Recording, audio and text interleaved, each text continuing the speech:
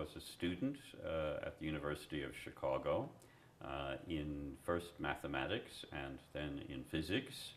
And I had had an interest even from a very young age in astronomy and cosmology, and that led to an interest in the theory of relativity and quantum mechanics.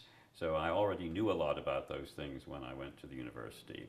And so in fact I finished my first degree in 3 years, and I was already taking postgraduate courses even in my third year as an undergraduate. So I had a good head start at a young age in physics, and I completed my PhD at the University of Chicago, studying anti-proton annihilation when I was about 24 or 25. And along the way, I had gotten very much interested in the teaching of science, partly because I didn't think it was very good.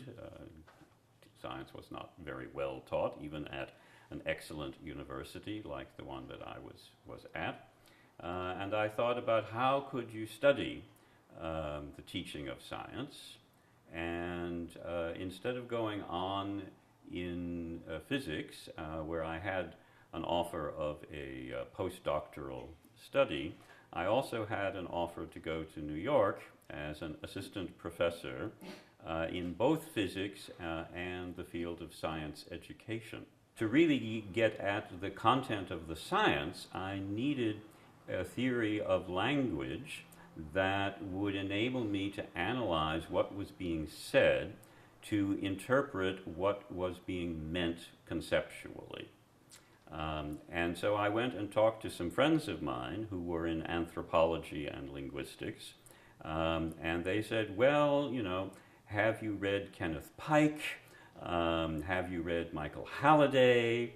And I thought, well, I should go look at these people. And I was on vacation in London that summer, and on the shelf in a bookstore in London, I saw Language as Social Semiotic on the shelf, and I thought, oh, that's good, I'll take that. And I was so impressed with what I read in Halliday's early book on Language as Social Semiotic. And it seemed to me that he had exactly the approach to language that I needed in order to do research on the language of science classrooms and the learning of science concepts.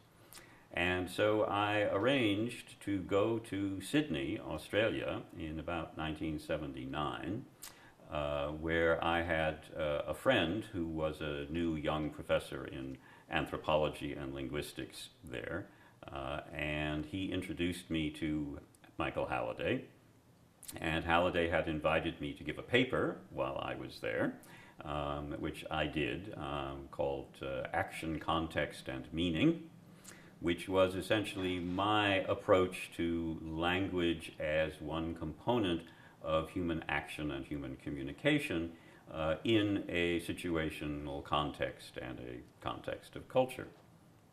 And Michael Halliday and I hit it off very much, and he invited me to come back the following year because my proposal to the National Science Foundation was approved, and I had money to take a year off from my teaching in New York and to go both to England and to Australia to consult with various people about how to analyze the language of science teaching.